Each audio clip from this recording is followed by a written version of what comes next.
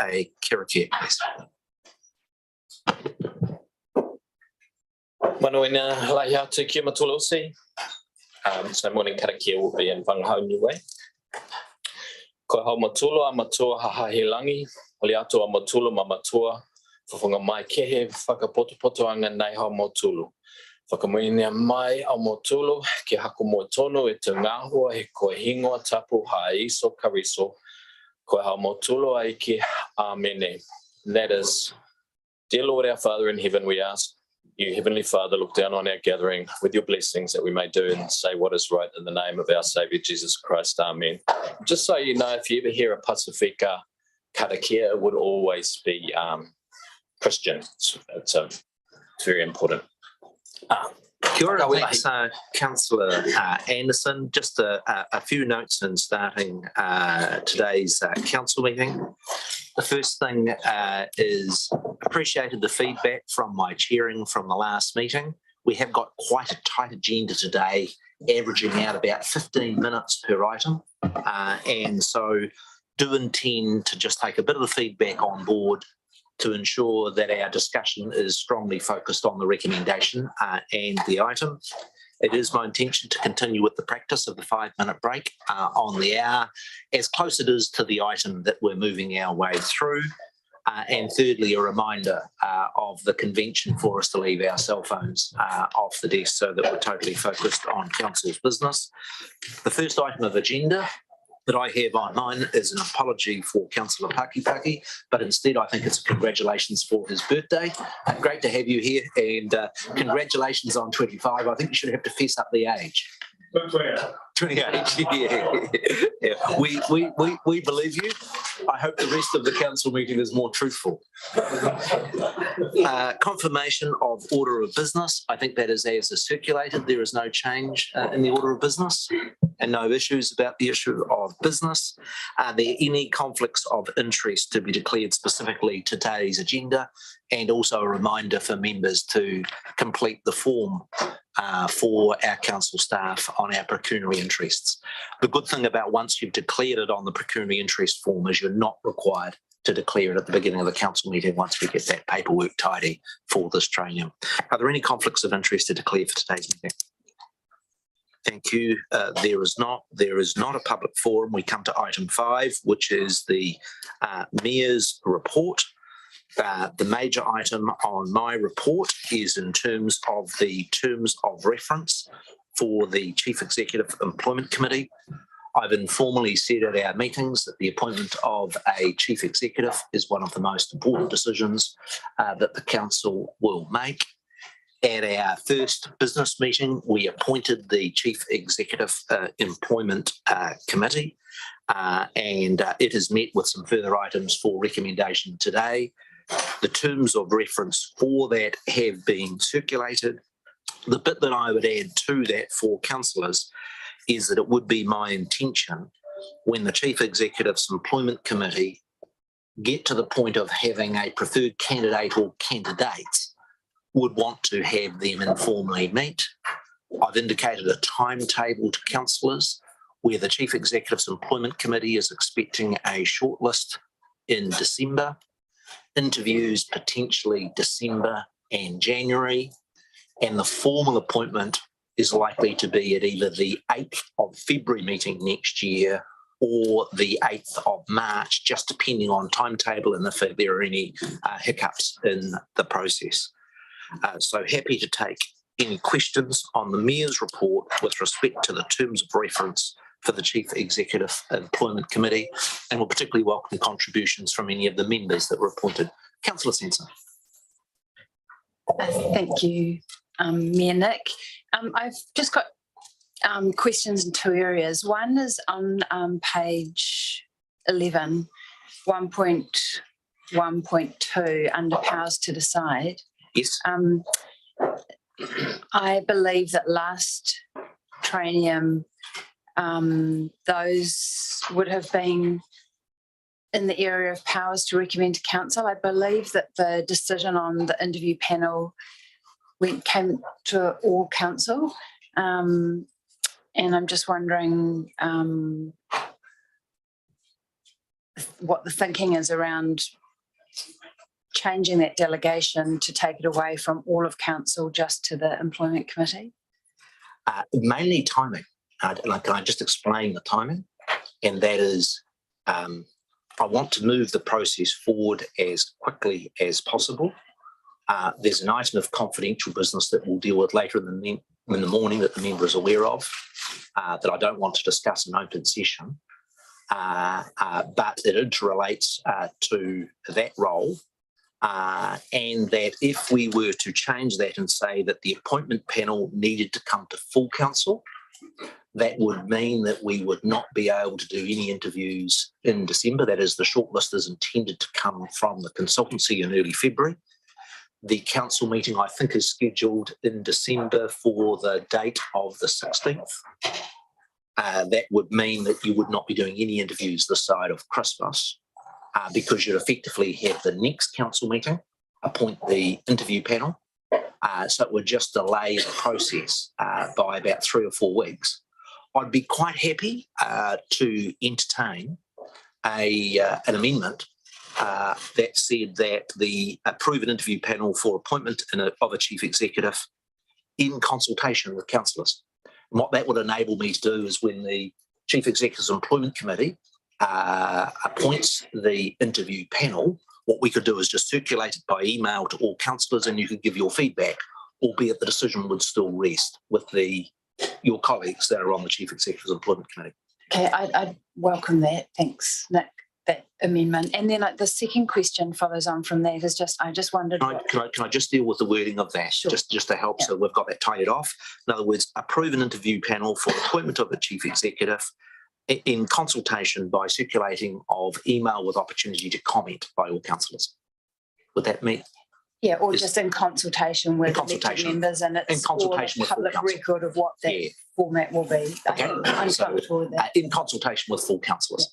And then, so following on from that, just on the same page, but the point before 1.1.1, in terms of the establishment of the interview panel, I'm just wondering what consideration has been had for iwi representation on that.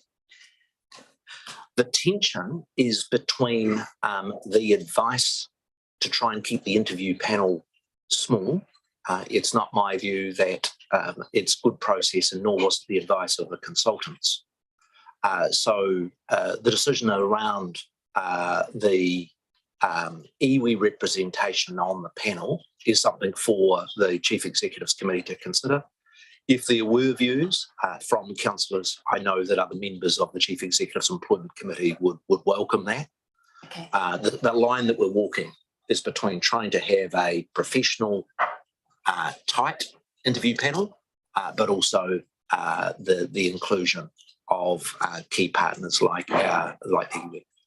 Thanks, Nick. I'm just noting that the Chief Executive, I guess, governance group, or the group appointment group, the Chief Executive Appointment Subcommittee committee from last term had 3 iwi representatives, one from each of the waka, that were the council had decided to have that representation. So I think there would be some expectation from elected members, and maybe from iwi, that there is some consideration for iwi representation. And I understand the need to keep things streamlined and efficient, but I also think it's just an important matter. My personal view, and it has not been discussed at length by the Chief Executive's Employment Committee, is my preference is for iwi participation, but not 3. My view is that 3 would make the panel too large. But again, I'd be happy just to include that in the previous amendment, is going to give the opportunity for councillors to see a recommendation before it's finalised around the appointment panel. Are there any further questions that councillors would wish to raise on the Mayor's report and the terms of reference for the Chief Executive Employment Committee? Okay with that?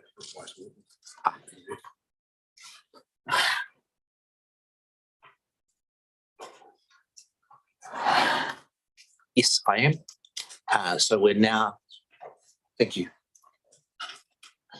Any other councillors wish to comment on it? I'm going to move from the, I'm sorry, Deputy Mayor Can I just clarify with that wording?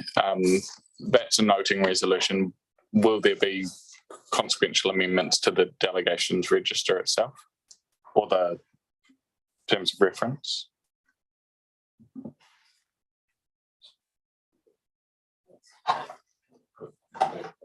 So agrees once established. Yeah, I think I'd feel more comfortable with the word agrees because it is not that we might not, it is that we will circulate the appointment panel before confirmation. Can I just seek clarification? Certainly, Councillor Sansom. Just on that, it says once a potential interview panel is established. So I feel like it would be quite good to have consultation before the establishment of the interview panel. Otherwise, it doesn't. Yeah. Look, can I suggest rather than amending the resolution, I would actually prefer to amend the words in 112, and that is I would simply say, if we can delete that, please, and I'll dictate a provision that I think better reflects. And resolution 3 is amends the terms of reference, adding the words after 1.1.2, approving an interview panel for the appointment of the chief executive, quote,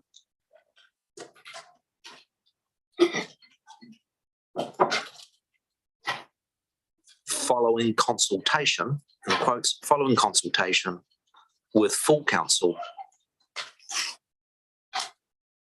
on the interview panel, bracket, by email or informal meeting, close bracket. In other words, if there's a workshop or something of which we can do it informally, we shall. If we can't, then we'll do it by email. Does that better reflect where we're heading? Interview, yes, by informal meeting, by email or informal meeting. Councillor Courtney. Thank you, Minik. I'm firmly of the opinion, and I know time is of the essence, but nevertheless, this is an incredibly important decision we are making. If not the most important decision we'll probably make other than the annual plan. I think it should be approved by full council. Now, that's my strong preference. So there's no way that you can stretch the timing, alter the program, the time frame to accommodate that firmly held view of mine? It would not be my preference. I tell you, one of the difficulties is that the Local Government Act requires 14 days notice before council meeting. I'm not exactly sure when we're going to get the shortlist. I'll be happy to have a freer and franker discussion. Here's the other part of the process. It would be my view that what the Chief Executive's Employment Committee will do is bring a preferred or maybe preferred candidates, more than one, to full council. And prior to any of the formal meetings in February and March, and that if councillors really think that there's a discomfort about that, that's why I want to give the flexibility for the process to be kicked through to March. So I'm pretty comfortable that we've got a process here that's robust and thorough, but not so much that it is holding. But I'd be happy to have a freer discussion after we've dealt with the item in confidential business later on. Councillor Pakipaki. Thank you, Mr. Mayor. I'm just a quick question about the makeup of our committee, the appointments committee. As I understand, it's just previous councillors who are on that. There's no new councillors that are on that committee. The Chief Executive's Employment Committee was appointed at our first meeting, right, and is Councillor Rainey and Councillor Brand. The reason for including those two was because they had the continuity of the process already being started under the previous council, and then the mayor and deputy mayor. So that was the the choice that was made. It was, I toyed in the recommendations that we discussed at the workshop at Green Meadows, whether a new councillor would be appropriate. The only thing I felt was that having the continuity of Councillor Rainey and Brand, what actually found a good mix. I still claim myself as a newbie. Councillor Benj, I think you had your hand up. You caught me scratching my ear. Sorry. I hope to catch you often. Is there any further discussion on the resolution with the amendment that's come as a consequence of the contribution from Councillor Sanson? I'm going to move it from the chair. Is there a seconder? Thank you, Councillor Rainey. Any further discussion? Those in favour, please say aye. Aye. To the contrary, no. The resolution is carried. We come to the next item on the annual plan. My view is this is one of the most challenging and difficult areas of work for council, and the announcement from the Reserve Bank yesterday in terms of the largest rate increase in interest rates is just going to add pressure on the team working on the annual plan, in that the impact of increased interest rates adds pressure for our council with its own level of debt and what we're paying in interest. But of course, it's also adding substantial financial pressures onto households and businesses in our community. The annual plan work will feed into the rates decision on the 1st of July next year, exactly the time when we're expecting, with the latest economic updates, the economy to take a turn for the worse, and for households to be facing large increases in both interest rates and a fear that will also feed into rents. So all that is doing is, in my view, increasing the challenges for the team working on the annual plan led by Councillor Courtney. So is there any comments from officials about the terms of reference that we're seeking to adopt for the annual plan task force? Thank you. Yes, and through the chair, there has been an updated version of the terms of reference which have been loaded onto LG Hub, so everyone should have that. There's just the task force met, and following those discussions, we've updated the purpose and the role of the task force slightly. Other than that, no changes. I think it's reasonably straightforward. Are there any councillors that wish to debate the terms of reference for the annual plan team? Do you have any comments as the lead, Councillor Courtney? No comments at all. It's just a machinery document. I'm happy to move.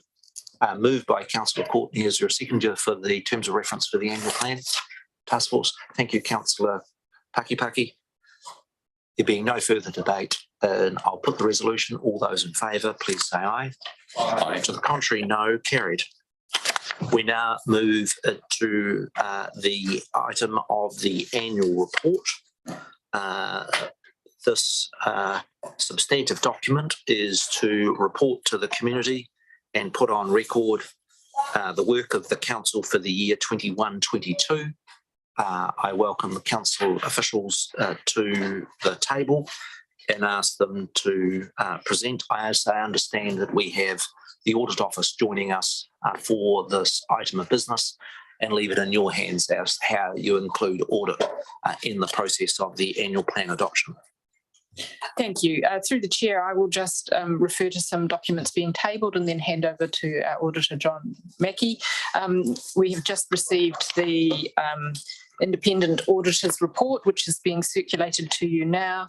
And there are also financial updates, which are just late changes to the document that you've received, the annual report, and that is loaded on LG Hub.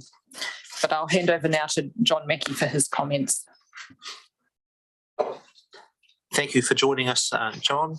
Thank you for the work of audit on ensuring the robustness of our annual report, and welcome your comments. Right. Right, good morning. I was just opening up my copy of the audit report that you've got in front of you, disrupted by viewing you on the screen. So thank you for making time for me to speak. So what I propose to do is just outline what we did where we've got to and how the process went.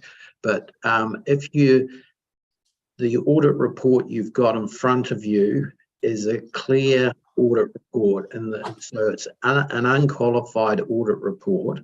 But what it does contain is an emphasis of matter paragraph regarding the Three Waters reform. So that there's still considerable water to go under the bridge, excuse the pun,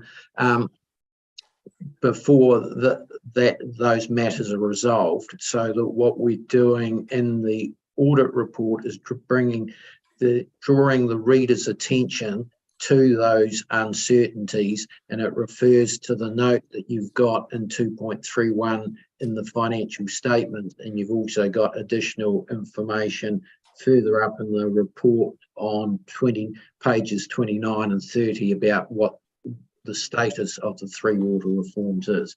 So that audit report will be issued once we receive the signed annual report and the signed letter of representation. So, so in the key issues addressed,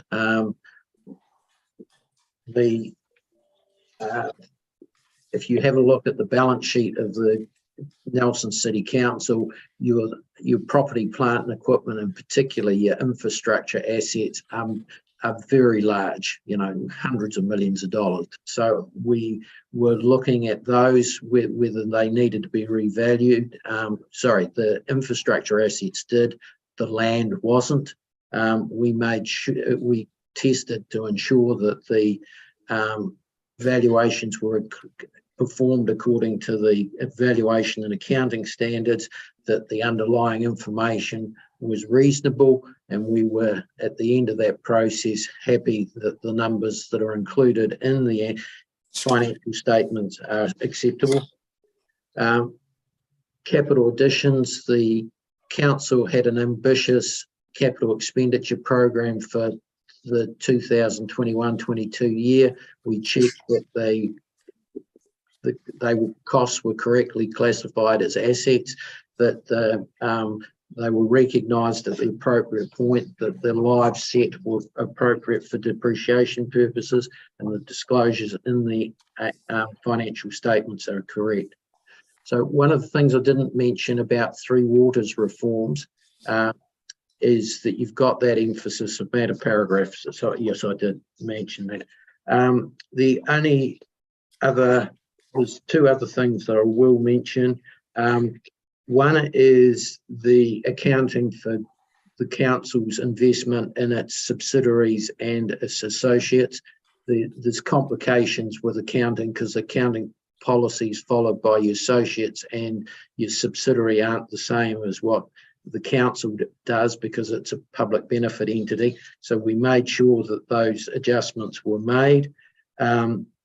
We also ensured that the performance information was correct, that have flowed through. And there's one thing I need to highlight to the council is NELMAC has got an emphasis of matter paragraph in its audit report about its reporting of its greenhouse gas emissions. Greenhouse gas emissions is based on significant estimation, and there's uncertainty regarding it, and it's difficult to audit. So that process was challenging. There was an emphasis of matter put into the NELMAC audit report, but that doesn't flow up to Nelson Cities. So, one of the other complications in the audit this year was the drinking water standards. So Te Mata ROI took over setting drinking water standards from mid-November 2021, and the process changed. Drinking water assessors that were employed by the Ministry of Health were made redundant, and the role that they had was not replaced, so that we had to get assurance in a different way. So, but we did get that assurance, and so that the information that's reported on your drinking water compliance, we're comfortable that that is accurately reported. So those were the areas of focus. We also, in any audit, risk of management override is a significant risk. We performed procedures to gain confidence that there was no indications of that. So that was the key issues addressed. Is there any questions on those? The floor is open to councillors for any questions. And I think what we'll do is we'll firstly take questions from John and the Auditor General. And then after we've had the questions of the Auditor General, we'll flip back to any questions that there are for council staff. Councillor Benj. My question's possibly for the auditor. Shoot. Under Three Waters, it says additional legislation is expected later in 2022. We're running out of time. Is there more stuff that's going to be added to the avalanche of what we've already got? Happy for John to attempt to answer that. I can also provide information, John. I'll pass across to you, Your Worship. The Three Waters reforms involves 3 pieces of legislation. Parliament is in urgency this week, passing the second package. There is a third package of legislation that is going through the Parliament. The part that I found interesting in the Auditor General's supplementary notes is the statement, the impact of these proposed reforms will mean that the City Council will no longer own the assets. That is contradictory to the assurances that have been given publicly in this political discussion around Three Waters. Now, there will be a separate opportunity for councillors to get into this issue. The annual report's not quite the right opportunity, but I do take the same view of the Auditor General, and that is effectively council loses those $700 million worth of assets. That's very significant. But I should keep to my own rules, and that is that we're discussing the annual report for 22-23, and this is an issue that doesn't, 21-22, and this is an issue that doesn't come into effect until 1st July 24. Any further questions for the Auditor General? Councillor Sanson. Sorry, not for the Auditor General for this. Not for the Auditor General. Any questions further for the Auditor General? Councillor Courtney. Thank you, Mayor Nick. Through to Mr. Mackie. Thank you, John, for your presentation. At the very beginning, you made reference to the large infrastructure assets, the large quantity of infrastructure assets we have. And then you went on to say that land wasn't valued. I'm curious to know, my reading of our papers tells me that we don't revalue our land very often. What's your view on that, please? So if an council decides to revalue, then it's got to revalue periodically, and the maximum period between valuations is 5 years. But what they need to assess is each year whether the fair value is materially different to what you're carrying the asset at, the land at that balance date. Thank you. Any further questions for our auditor? John, can I thank you for your work? It is complimentary of the council that we effectively have a clear audit report for the annual report 2022, and that is to the credit of our staff. And we thank you for your work in providing those auditing services and your comments this morning. I'd now like to open councillors up to any questions on the annual report of our council staff team. Councillor Sanson. Thank you, Mayor Nick, through the chair. So my only question really is just this on the updates which we've had. Were those only, I'm just wondering if there would have been an opportunity to receive these in advance of the meeting, just because there's significant information here, and we received these at 8:38 this morning to LG Hub, but just on our table now. I'm just wondering if there would have been an opportunity to get it the day before so we could have read it. So it might be helpful for council officials just to go through the supplementary information that's been provided this morning. Does it materially change anything in the annual report, just to enable councillors who have only received that information very late to get a bit more context? Excuse me. So through the chair, so my understanding is this is a combination of final adjustments to the annual report that was in your agenda, as well as some classifications in some of the graphs. There was a change late last night, which is why these were circulated, which was $105,000 classification issue to do with equity, but unfortunately has a flow-on impact to a number of different places in the report, which is why it was circulated so late and why there are so many pages here. So, I mean, I'm happy. So the only substantive change between these amended documents and the documents previously circulated to council is a reclassification of $105,000. But consequential to that, that's changed a large number of tables. That flows through to a number of places, and there were a couple of graphing changes as well, but these are fully audited changes. And the audit opinion has been given post all these changes.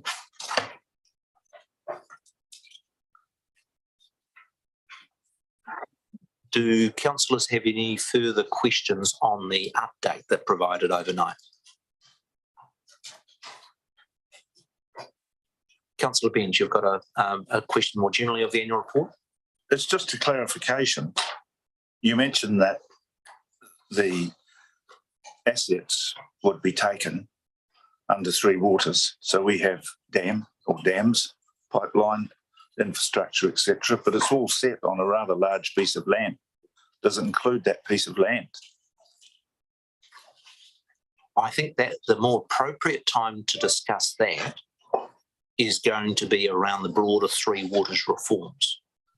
So I don't want to get too much into the debate on Three Waters, except to note the auditor's advice that the 720 million, as I understand, Pat, of Three Waters assets would transfer on 1st of July 2024 off the council's balance sheet onto the balance sheet of what is proposed as Water Entity C.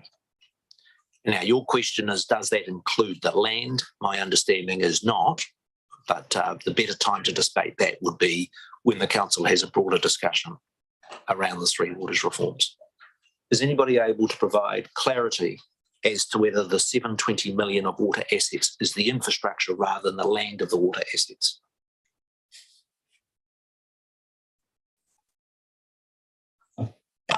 Through the chair, I think it'll be the infrastructure assets. A lot of the land will be reserve land anyway underneath it. So that. If you look at the council's land assets, some of them are freehold, some of them are council land and council reserve, and some are Crown reserves, of which the council manages the reserve on behalf of the Crown. So it's quite a complicated land mix. Councillor Courtney earlier raised the question about the valuations of those lands, of which there's quite a large portfolio. The only bit that I would say is relevant to Councillor Courtney's questions in the annual report is that land valuations have been a pretty wild ride over the last 4 or 5 years.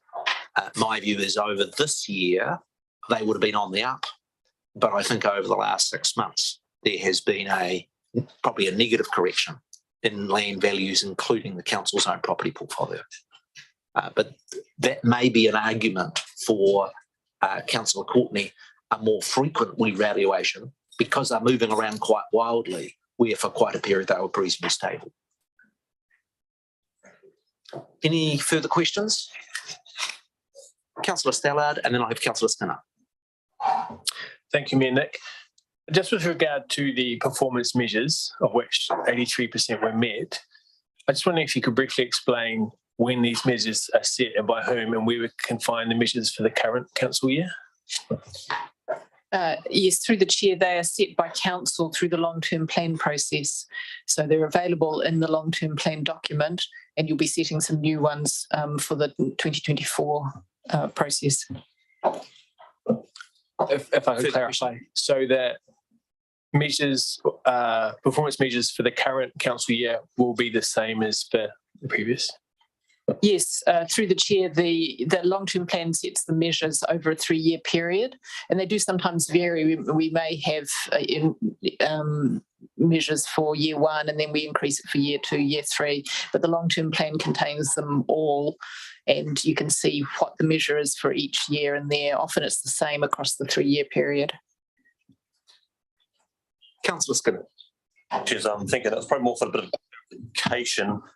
Just going back to that land area, I know I'm not going outside of scope, but I think it's important is that, and I'll put this to the chief executive, if it would be fair for me to say in regards to the potential handover of assets, that would include a fair bit of land, for example, the water catchment area around the Maitai Dam, you got the whole Mangatapu area, and fulfilling the water quality requirements would be a fair bit of infrastructural changes, as we've seen in some of the workshops in regards to that, the fencing off or the way that area of land is managed. So would I be correct in saying that, yes, has been made reasonably clear, or maybe it's really grave from the government, that that infrastructure would be more than just pipes and concrete? It would be large land areas like the water catchment reserve.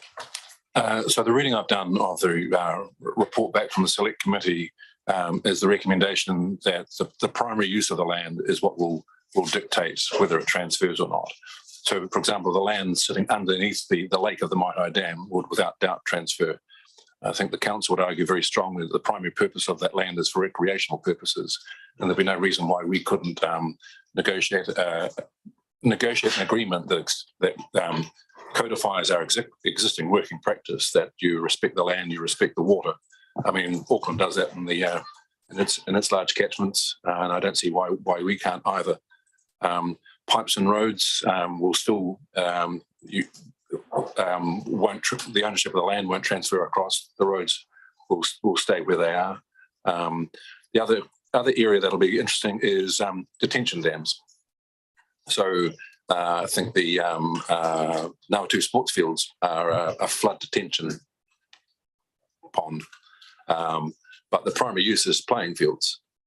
So there would be an agreement between the council and the water services entity that says, the land stays with the council, but you can't knock down the bunds, take away what looks like decorative banking, but is actually a bund without their agreement. So that primary use would follow.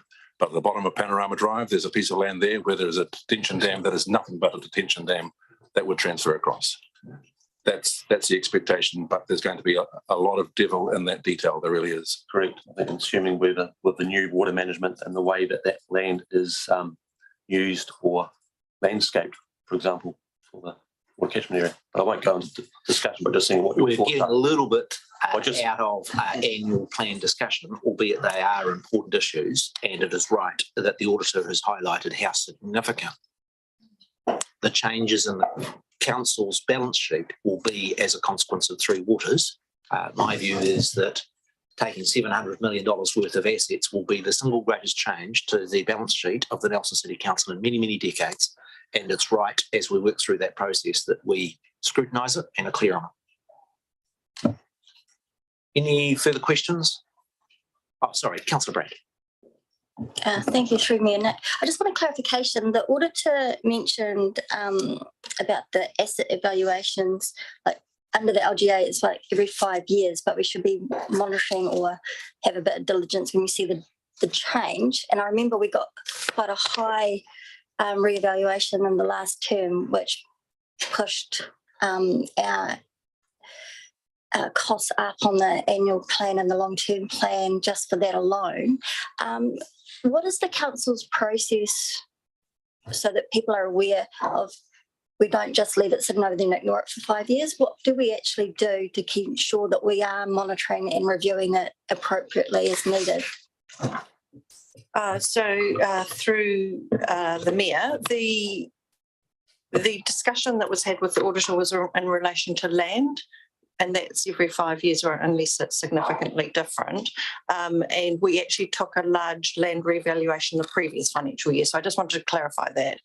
But just to be clear, when was the last date that the council's land holdings was valued? So this is the 2021 year. So we took the large movement that year. Yep. So, and land, so that's a discussion around land. The discussion around the infrastructure revaluations, we do revalue our infrastructure every year. a full revaluation every second year, and we index it in between. And in this report, it refers to the fact that we have in 523, we have a large infrastructure revaluation in the current year. And yes, you are correct, we had a large revaluation 2 years ago, but this one is bigger again. And it reflects the current inflation environment and the costs that we're seeing in relation to actual physical works. If the land valuations were done in 2021, I'm actually pretty comfortable in the sense that's relatively recent. I remember as a Minister of the Crown, us spending $10 million on trying to value what the value of our national parks were, and I couldn't help thinking I'd rather spend the 10 million bucks on doing things in conservation rather than some theoretical exercise of what they might be worth for an asset that you would never practically sell. And that's the tension around how frequent we do those valuations. Further question, Councillor Pakipaki. Thank you, Mr. Mayor. Through the chair, just to ask a question, though, those valuations, who are they are they undertaken independently? And sorry, second question, you could probably ask at the same time. And do we do our own valuations, those valuations on the lands and assets? So the infrastructure revaluations are undertaken independently, and some of our data does feed into that valuation. We also had them peer reviewed this year as well because they were so large and had such a large impact. In 523 it was 251 million, so they were peer reviewed as well independently. These are good questions, and I'll tell you why. As the valuations of our infrastructure assets go up, the amount that our rules require us to allow for depreciation goes up, and that flows directly into what we are required to rate. And so that can this is quite a substantive item that will feed into the annual plan process that Councillor Courtney is leading. So how those valuations are done may seem like a tedious, boring question. If you're a ratepayer, it's a big question because it flows directly into the rates bill. Any further questions? The Chief Executive has suggested that I ask John, and I think it's a useful opportunity while we have you. Are there any particular challenges that you see for us in the audit work of the 22-23 year that we're currently in? John. Well, you've covered quite a bit in the questions and discussions so far about Three Waters, so the resolution of that could have a very major impact on what gets reported. Is that if we have to treat that as being a disestablished, that council no longer performs the Three Waters functions and they are going to be transferred across, then that will have a significant impact on your financial statements if you're showing that that's actually going to go. And then you've got this issue of checking the valuations of it, and then you've got the debt that would follow. You would need to potentially identify by next year what the debt is to go with it. So the Three Waters is potentially is the biggest challenge around audit longer term. Any others? No, well, it depends on what you're not currently your reporting of greenhouse gas emissions is not in your audited performance information, so that won't be an issue for next year. But if you did put that in your LTP, then that presents a challenge because it's difficult to audit. And the drinking, we've now worked out what we do with the drinking water standards, but there is another change coming with how those are administered by Te Mata Arawai. So, Does the Chief Executive have a comment there? John, I was more interested in your own capacity to audit and what the year is going to look like for that relationship between councils and the auditors. I note that this annual report has been delayed. The legislation passed to allow that to happen because of auditing capacity in New Zealand. I was just wondering if you could make a general comment on what the world's going to look like for you for the next 12 to 18 months. Challenging, but the Parliament passed legislation so that the statutory reporting deadlines for council-controlled organisations and councils were moved back by 2 months for 2021 and 2022. So that there is no plans for that to apply in 2023. So we will be back to the normal reporting deadlines of CCA, council-controlled organisations, by 30th of September and councils by 31 October. Steps have been taken in terms of the Auditor General has reallocated some of the audits that were previously performed by Audit New Zealand to other audit service providers, so that we now have less work to do, but we haven't reduced down our staffing. We're still looking to increase our staffing. We have taken steps. We have been able to recruit both in overseas and in New Zealand. We've taken steps on staff retention, continuing to work on making our audit approach more efficient. So the key message we would have, John, is appreciate the stresses that your organisation, like ours, is around skill shortages. We're going to have quite a complex annual planning process, given the scale of work that's been done around the flood and storm recovery, and just would want to flag with your office the support we're going to need to get through that annual plan process in the early part of 23.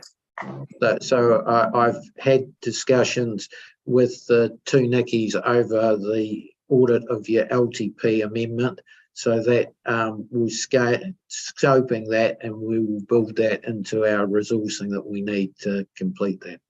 Thank you. Councillor Brand? Thank you, through me, Nick. Just a clarification, John. You've mentioned, and you gave NALMIC as the example around the emissions, and that they've got that in their annual report, and we heard about that yesterday at their AGM. And you've now mentioned that Nelson City Council does not have it in its long-term plan, and that's fine. It doesn't create the difficulties unless it's put in.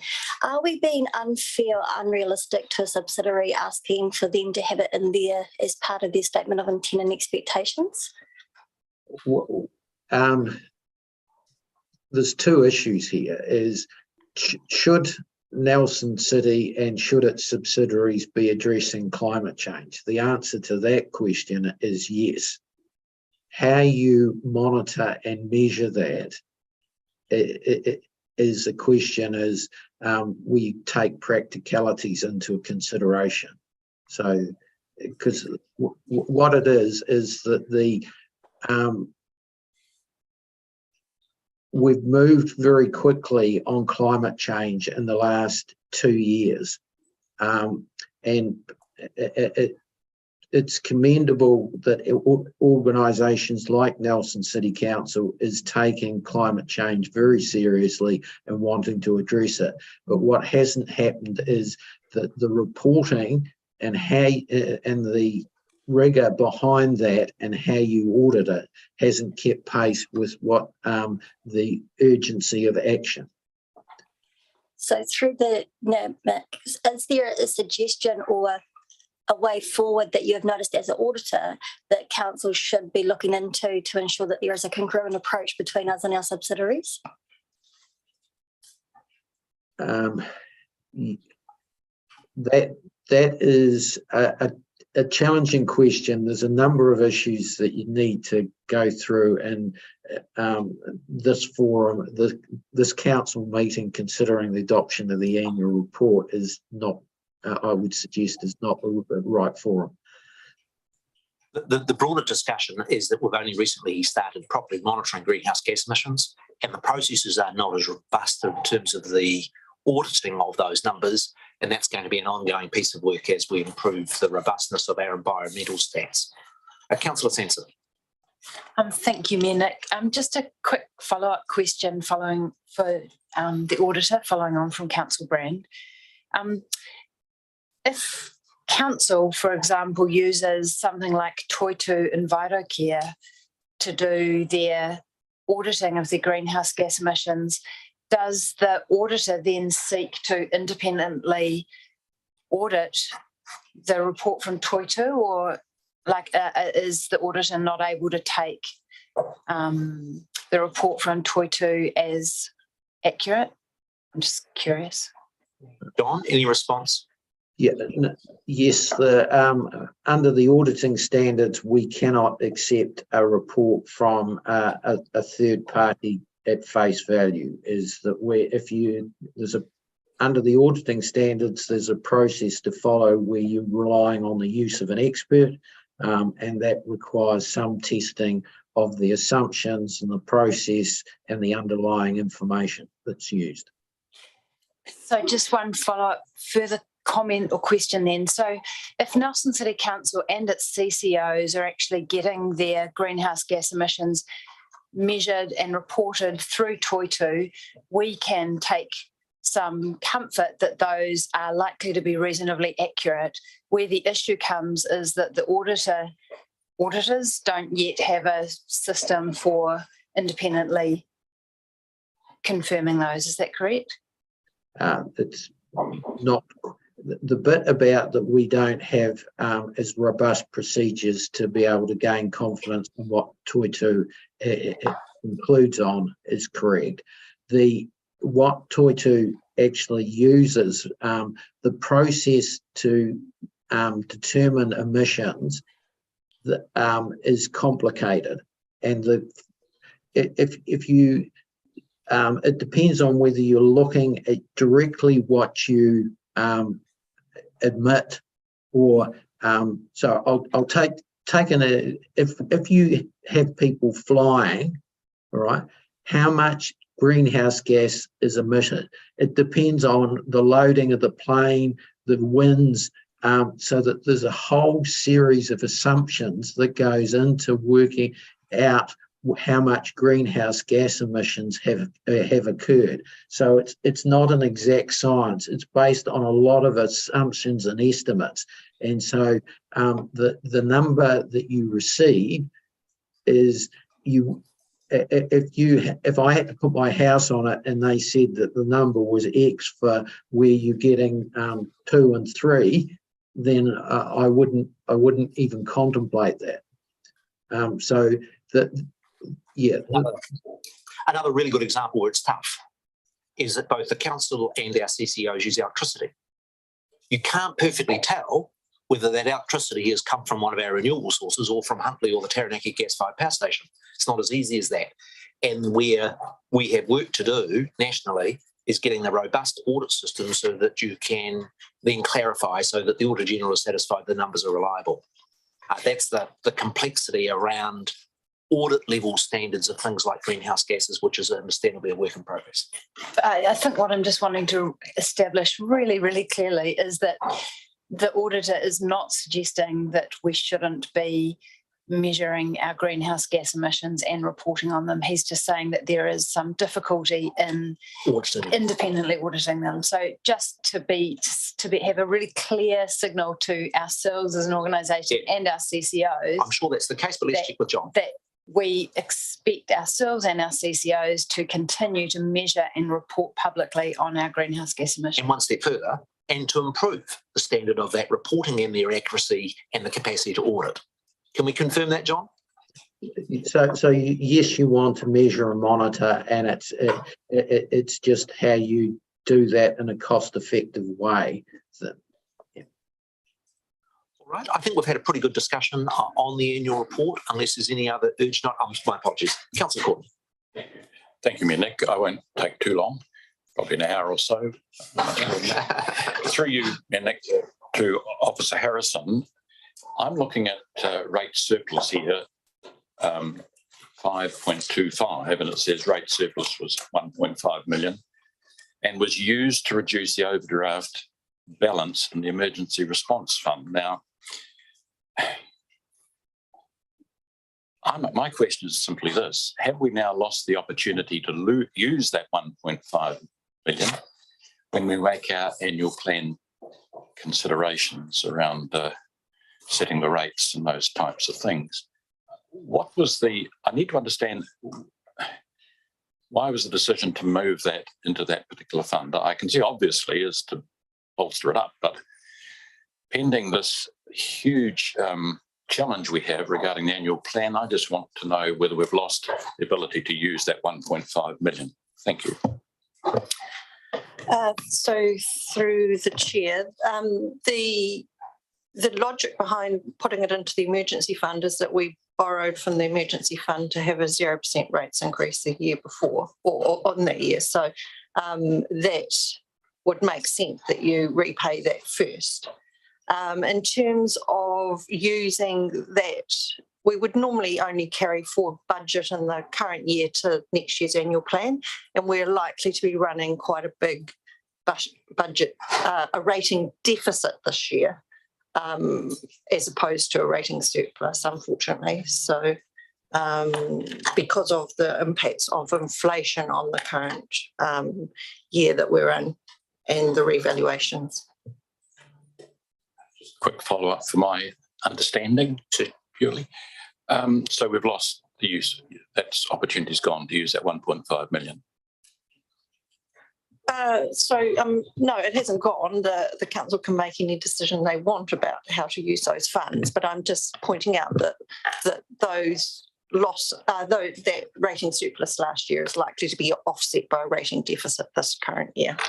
So the funds have probably gone. So as I understand the answer to that question is that we do have some choices about that $1.5 million rate surplus from that year, but the reality is that whether it goes into the pot of offsetting rate increases this year, or whether it goes into the pot to reduce the amount of the loan from the Emergency COVID Fund, it's a little bit of an academic question, but I think we should pass that parcel to the chair of the annual plan task force to sort out what the best choice is. Thank you, Your Worship. Is there any other questions on the annual plan? We have taken some time in the discussion. It's a really important bookend to the annual plan process. And part of the annual plan discussion has enabled a number of us that are new to get familiar with the process and to take some learnings through it. Is a councillor prepared to move the resolutions 1, 2, 3 and 4? I note that resolution 2 is the updated, which includes the amendment. Is a councillor prepared to move that way? Thank you, Councillor Courtney. Seconded by the Deputy Mayor. If there's no further discussion, I'll put resolutions 1, 2, 3 and 4. Those in favour, please say aye. Aye. Those against, say no. It's 2 minutes to 10, a 5-minute break.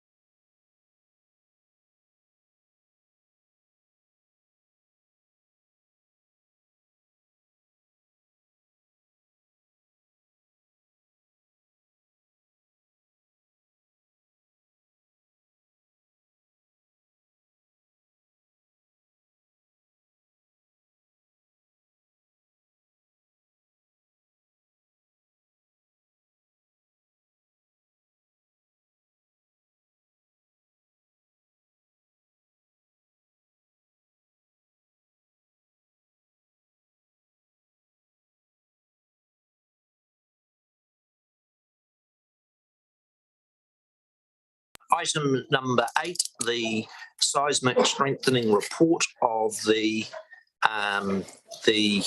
task force we set up on reopening as quickly as possible. I'd invite the council staff before the committee and thank them for the support that they've given the task force. I am absolutely genuine in my view that council have worked at pace on providing this work and have a high level of confidence in the work that they have gone. Becker Engineering, who have provided the 2 seismic reports, have, in my view, are one of New Zealand's most reputable engineering companies. And I think our staff have also arranged for them to be available. I think the objectives we set for the task force was to make that building practically safe, balancing up the seismic risks with the amount that we want to spend on a building that we don't foresee as being the library forever. And when you're dealing with things as complex as seismic risk, that professional advice is required. I also want to acknowledge the support of Councillors Skinner, Pakipaki and Stallard on the task force in getting us to this point so quickly. I'll pass it over to officials for consideration of the 6 recommendations. This is an important item. The $1.4 million expenditure is significant for our community. And so I want to open up for a significant period of time for councillors that have any questions about the recommended way forward. Hand over to our officers. Kia ora koutou. Through the Mayor, just a quick precis of the report. We are seeking approval for the recommendations of the library opening task force for the strengthening of the Amatuna Library and the unbudgeted capital expenditure of $1.4 million. I'm happy to answer any questions. We do have Georgia Whitler and David Whitaker from Becker online if there are any technical questions. Thank you. So open up for questions. I think it would be helpful to begin by providing the opportunity for members of the task force to provide any comments that they would like to make about the recommendations. And I'll start with Councillor Pakipaki. Kia ora tātou, Mr Mayor. I think it's probably a good thing to point out that during our discussions the other week that we actually looked at did a quick calculation at what the opportunity costs were to council and also to the community about what was this really essentially any delays that we had, and it really impacted the urgency that we had to try and find a solution. And I'm remiss of the number. I think we worked out about 50,000 a week, or it was 20,000 a week, whatever it was quite a significant amount. So when we put that in context to the time that the library and its service to the community was delayed by us trying to find a resolution, we could quickly calculate that into what the costs of the actual project were going to be.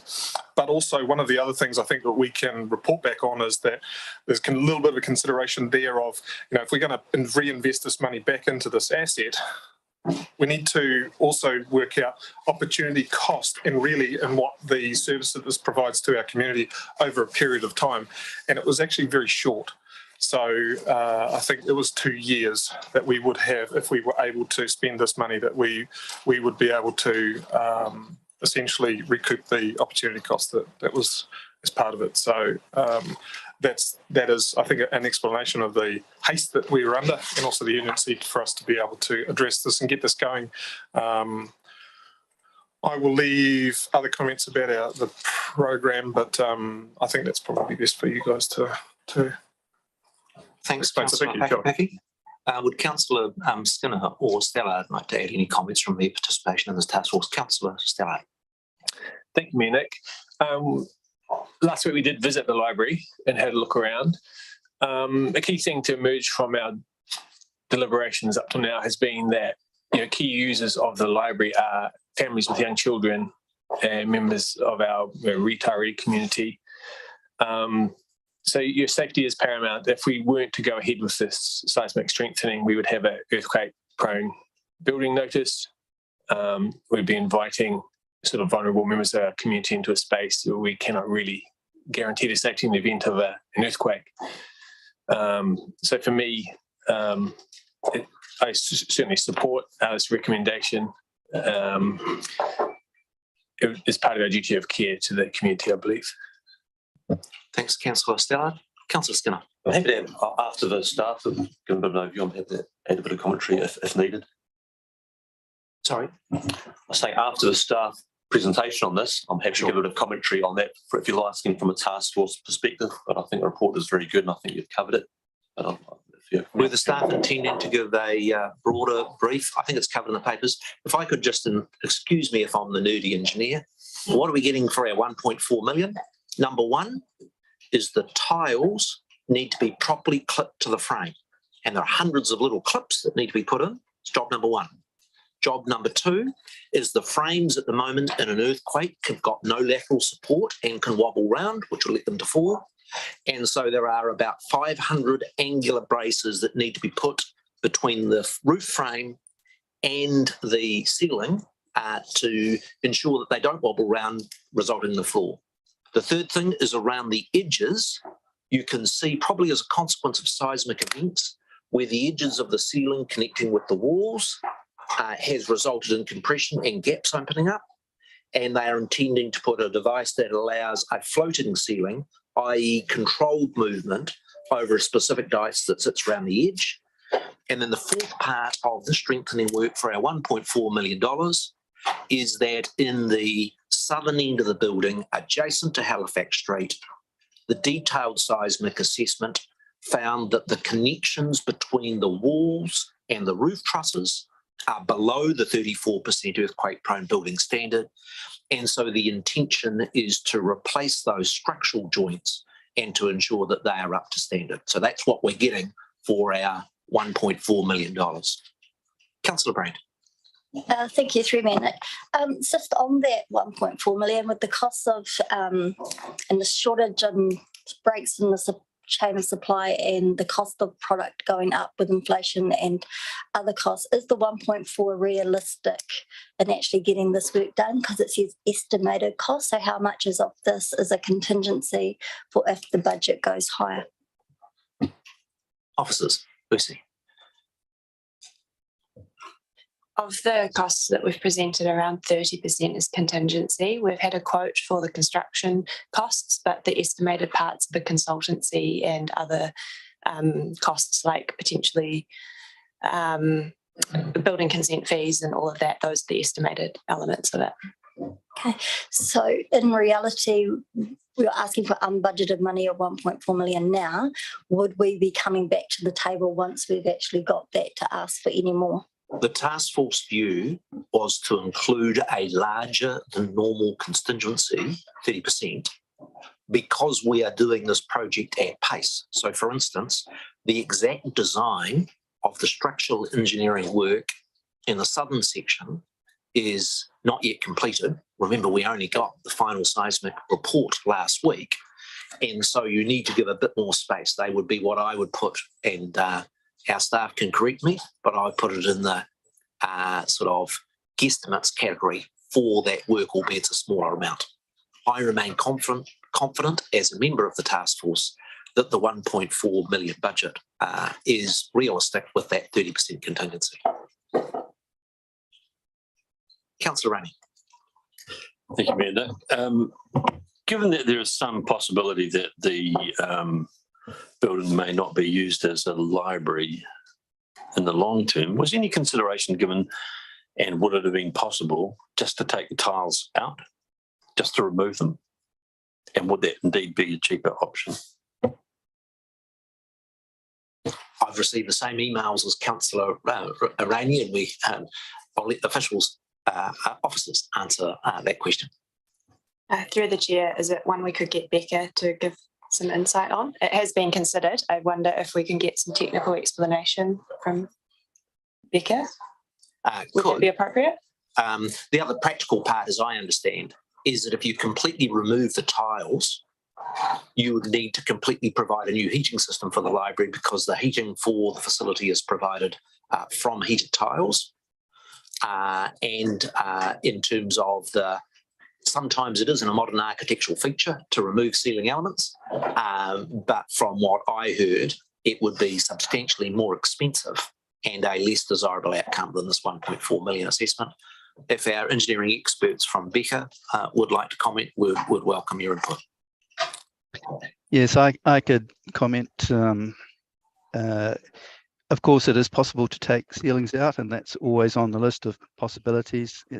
I think the way that you've summed it up, Mr. Mayor, is correct. The heating system is built into the ceiling, so there's a loss of amenity if you take the ceiling tiles out. So I think it hasn't really been explored further than that, but of course it's a technical it's a possible technical solution. The solution that's been come up with is to provide bracing to the ceiling grid and to clip the ceiling tiles in, as you've described, Mr. Mayor. The other response I'd make, Councillor Rainey, is sometimes the truss and structural features of the building are very attractive, and by removing the ceiling, it looks really good. Having been up in the ceiling of this building, it's pretty bloody ugly, and I think you would reduce the aesthetics of the building if we went for that approach. Councillor Pakipi.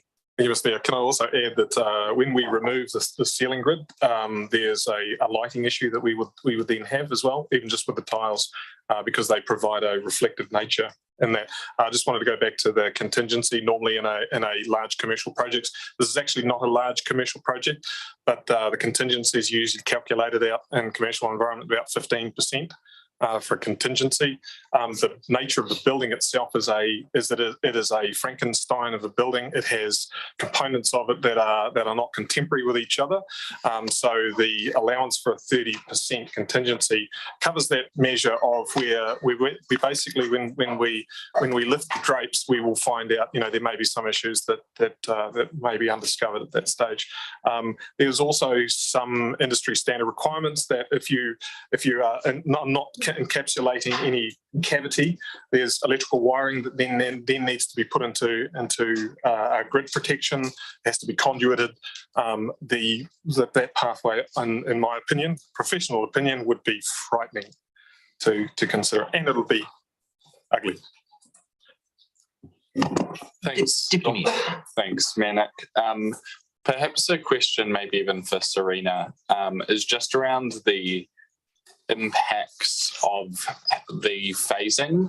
So we've got sort of phase 2C being the staff area, so sort of last off the block. And so what that looks like operationally for you and your team, and whether you think that, with this phasing, you'll still be able to deliver the services, particularly as you're delivering to a larger and larger area before being returned with a full staff area.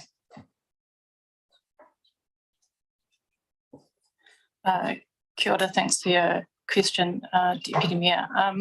Through Mayor Nick, we have considered that in quite a lot of depth, and we have been meeting with contractors and talking with other council officers around how we manage that.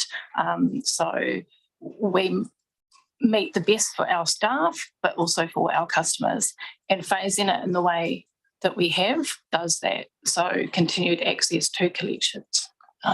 Things like that. So it will be tricky, it'll be a lot of work, but I'm comfortable with the approach that we have planned. Great, thank you. Any further questions? Councillor Bench. I presume that this extends the life of the building. Do we have a date for that? No, we don't. And it's a bit, the description that I would make, it's a bit like the family car. And that is, at what point do the maintenance costs and the reliability of your vehicle get to the point where you decide it's actually time to have a new one? My view is that we are, with this strengthening work, providing a building of which the council can be confident that it is safe. Not perfectly safe, nothing is perfectly safe with seismicity, but we're taking it out of the high risk category and getting it to the medium risk category.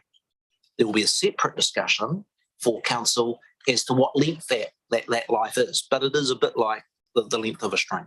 If you ask me, my recommendations as mayor is for us to throw everything we can, as staff have, in getting that library reopened and functional for this community. It is the first substantive capital project for this council.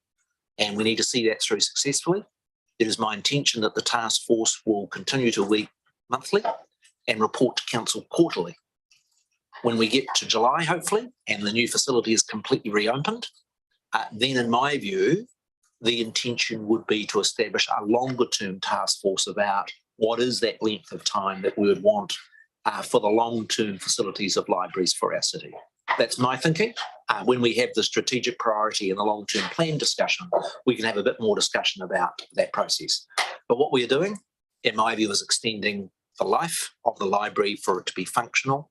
And I don't think we have any choice but to do that, in that I don't think it would be responsible for our council to continue to use a library that is deemed to be high risk. And we are moving it to the medium risk category through this expenditure. Thank you.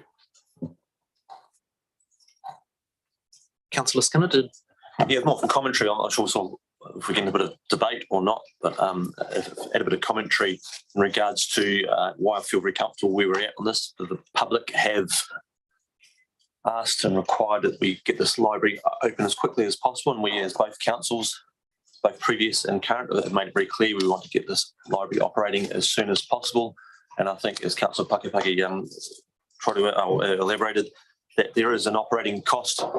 You're looking at approximately $4.8 million a year to run the library. The fact if we sort of leaving this in fallow or not open for a while, we're losing those opportunity costs or usability costs. So when you think of 1.4 million, and I'm first to say, hey, do we need to spend such money? When you break that up to over 6 months of having a library closed while we're still wondering what we're going to be doing, there's more than $1.4 million missed out on or used or not being accessed. So in that sense, putting in perspective, 1.4 million to get this open, regardless of our intent to rebuild or reinforce or so forth at a later date, that gives that opportunity for the community to use this library. And that's something I think it needs to be done. And as much as we've seen as, getting these ceiling tiles done, the opportunity again is also to strengthen that building, and it gives us some breathing space to make those next steps while the public know that they can use a facility which is greatly loved by all. Thank you. Would you be prepared to move the recommendations 1 to 6 accordingly, Thank you. Councillor Skinner? Is there a seconder for the resolution? Thanks, Councillor Hodgson. Councillor Rainey. Sorry, can we move into debate then? Do you want to take? Yeah, sorry, I'm again a little bit confused. No, that's all right. Can I just finish it? Are there any other questions, both for our seismic experts from Beca? Can we thank them for their work? We only got the final report last week, but in my view, it's professional and good standard which council can rely. And are there any final questions for either our experts or our council staff? One last question, then we'll come to debate. Just for clarity to Officer Van Orden, the time frame, can you spell it out for us very clearly, please? Starting when, finishing when?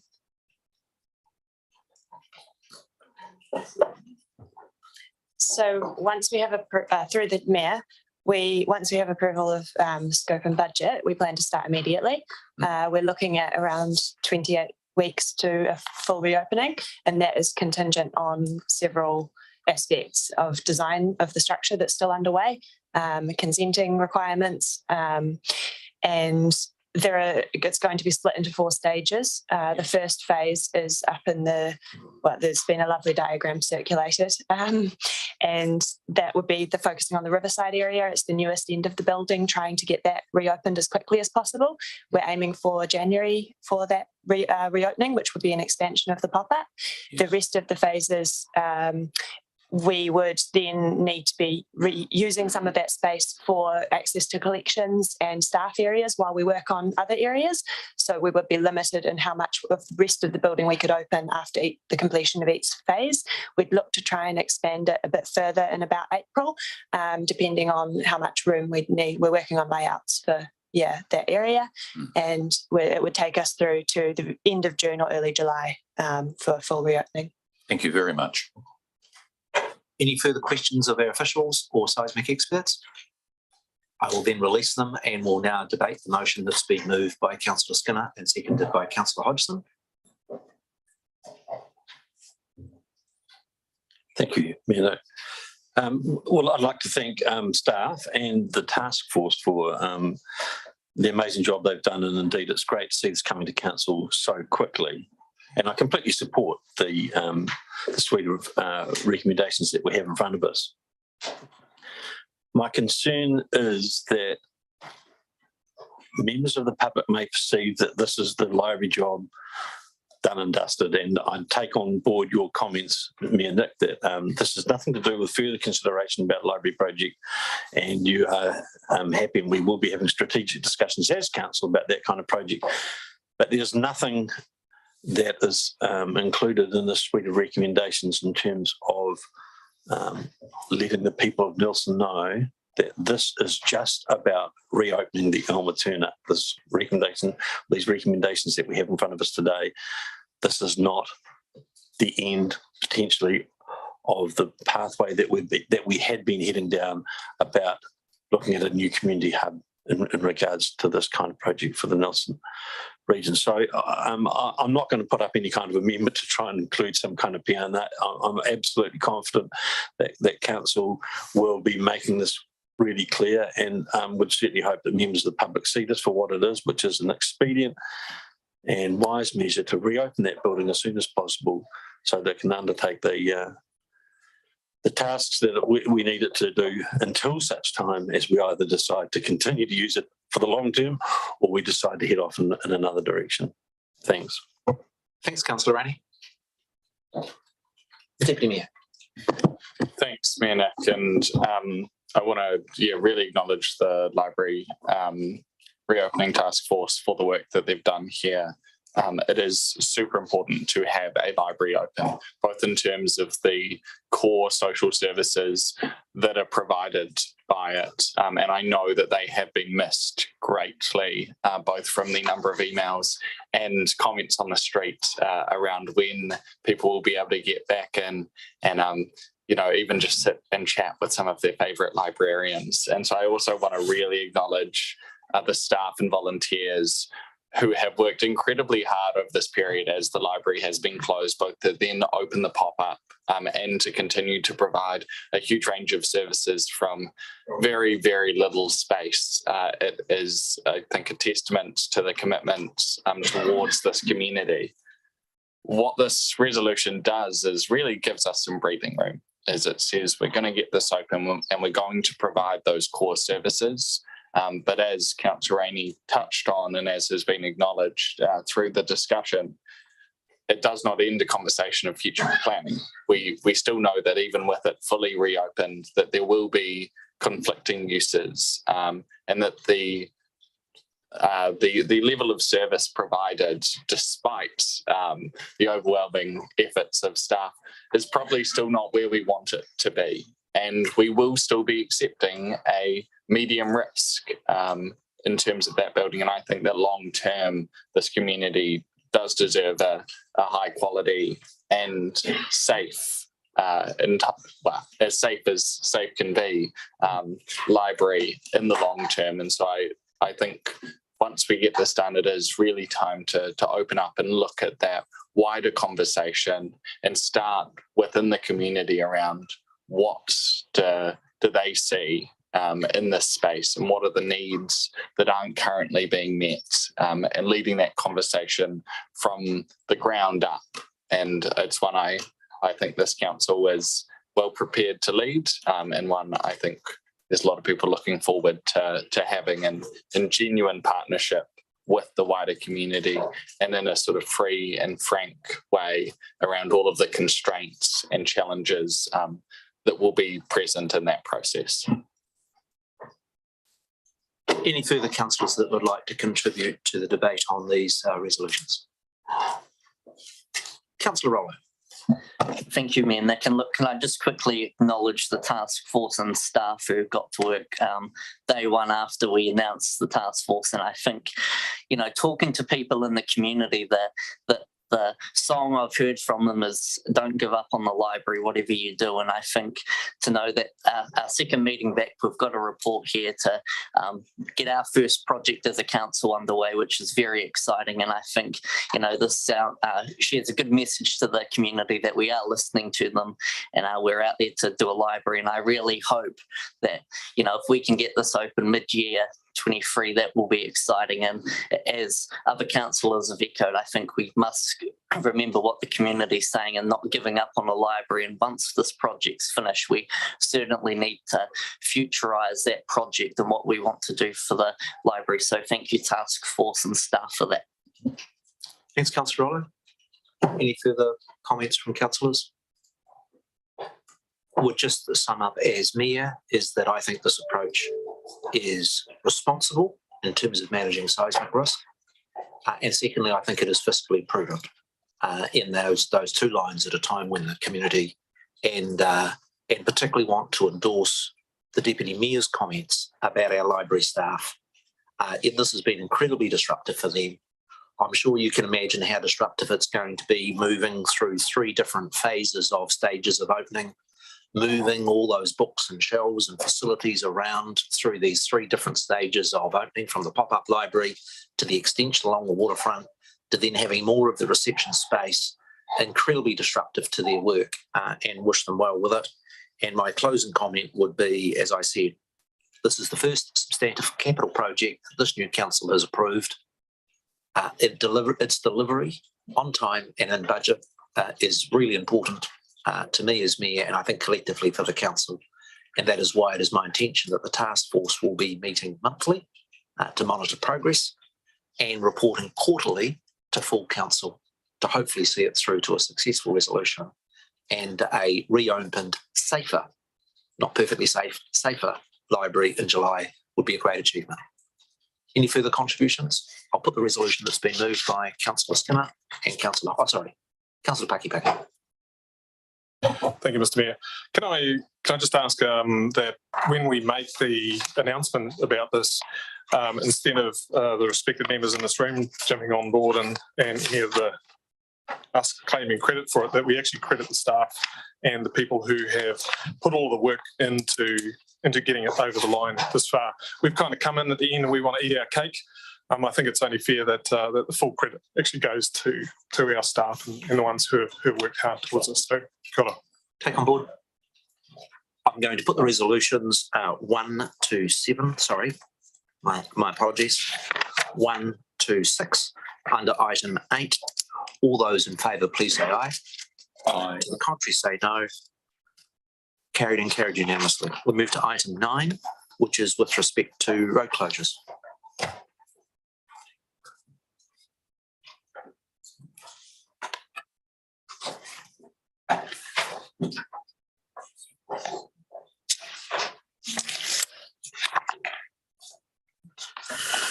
Through the chair, my name is Matthew Bruce. I'm the team leader for transport operations. For those of you who don't know me, and beside me is Gillian Dancy, our contract supervisor and the owner of the road closure process. We felt it would be beneficial just to give a brief overview of the road closure process and why you have this in front of you today. There are 3 key road closures that we approve at council. The first of those is emergency road closures, and we had a lot of them recently, obviously with the August weather event. The second is infrastructure-based road closures, so they are road maintenance, tree maintenance, capital works. And the third is event-based road closures, which you have here today. These generally come in from external applicants. They cover events like Bay Dreams, Santa Parade, Christmas carols, etc. The process for that is a 60-day process. The applications come to council officers. We go out to the community and ask for feedback. We discuss with Whakatahi and our neighbouring council, Tasman, if there's any concerns or reasons why we wouldn't approve it. And then we generate this report, which comes to historically the hearings panel.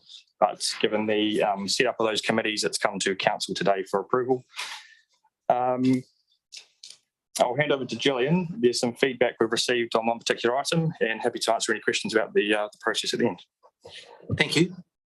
Good morning. There have been no further changes to the report. There were 2 events that needed public feedback to be written in, and that was for item 8 and 9, the Centre Parade and the New Year's Eve event. There was no feedback given for the New Year's Eve event. For the Centre Parade, Council received 2 responses from members of the Nelson marching team. These responses were raising a concern about the South Island marching competitions, which are being held at Trafalgar Park on the Saturday and the Sunday, 4th of December. And they were just after reassurance that they were going to be able to accommodate the marching competitions access to the Trafalgar Centre. So this both were discussed with Alex Bradley from the Centre Parade Trust. He revised the parking plan at Trafalgar Car Park to accommodate the competition, and both respondents were happy with their solution. So that was the feedback that we received. So any further questions about the report? My main delight was that Nelson was back in business after COVID and that all these events were actually back on and happening. And so I had no difficulties with them. Councillor Rainey. Oh, no, I'm just crossing my fingers. I'm touching wood. Councillor Sanson. I'm just happy to move them. No question, and I'll signal debate as well. Thanks. I think it's pretty straightforward regular events. Did you have a comment? Happy to second. Happy to second. So moved by Councillor Sanson, seconded by the Deputy Mayor. Any further discussion? I'll put the resolutions all up. Sorry, Councillor Sanson. Yeah, I just wanted to say that, at first glance, this is kind of a functional report. But actually, when I read it, it just filled me with hope and excitement that we are going to have a Centre Parade, New Year's Eve event, Christmas carols, Weet-Bix Kids Triathlon, Bay Dreams, UB40 and Buskers Festival. That is an awesome summer program, and I think that that our community can feel hopeful that we're through, the toughest time of COVID. And I just thanks to the staff for working with all of these event organisers and the marching band to kind of bring this all together in one report. It's just great to see, and I just hope that it's a really that all the events are really successful, and that we just have a beautiful summer. Thanks. Such enthusiasm, I'm going to be inviting Councillor Sanson to join me and the Deputy Mayor in a rickshaw in the Christmas parade.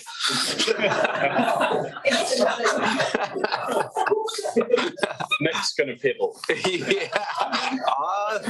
There might be a debate and a vote on that, Mr. Deputy Mayor.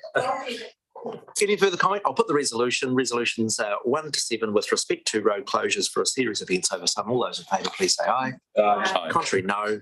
That is carried and adopted. We move to item number 8 on the agenda. Can I thank officials for their work, but also for giving some of us newbies an explanation of the process for road closures. That is very helpful. We now move to item 10, which is the temporary liquor ban in Te Hunanui Reserve in February 2023. Kia ora koutou. I'm Axel de Maputi, NIDA Events, and I just want to introduce you Stu Dalton, Events and Venue Advisor, who's going to talk to you on that topic. Kia ora koutou. This is for a temporary liquor ban at Te Hunanui Reserve. The purpose of the report is to extend the liquor ban during an event day, which is taking place on Te Hunanui Reserve on the 5th of January. I'll take the report as read and happy to answer any questions. 5th of January or February? 5th of February, sorry. Yep. Apologies. Any discussion? Seems very straightforward, simple item. Again, some of us newbies will get familiar with the process around the liquor bans. Is there a councillor that's prepared to move the resolution? Thank you, Councillor Sanson. Seconded by Councillor Rollo. All those in favour, please say aye. Aye. Contrary, no, and carried. We now come to item 11 on the agenda, which is with respect to the exclusion of the public for matters of business. there are three items that are intended to be had in the confidential section that relate to matters that are commercial and matters that relate to both employees and with respect to individuals that require privacy for the process. Is anybody prepared? Councillor Skinner is prepared to move that we go into confidential business items and exclude the public for the reasons set out under the Local Government Official Information and Meetings Act. Move Councillor Skinner as a seconder. Thank you, Mr Deputy Mayor. Is there any debate on the moving into confidential items for those three issues? There not being any debate, I'll put the resolution. All those in favour, please say aye. Aye. Contrary, no. Carried.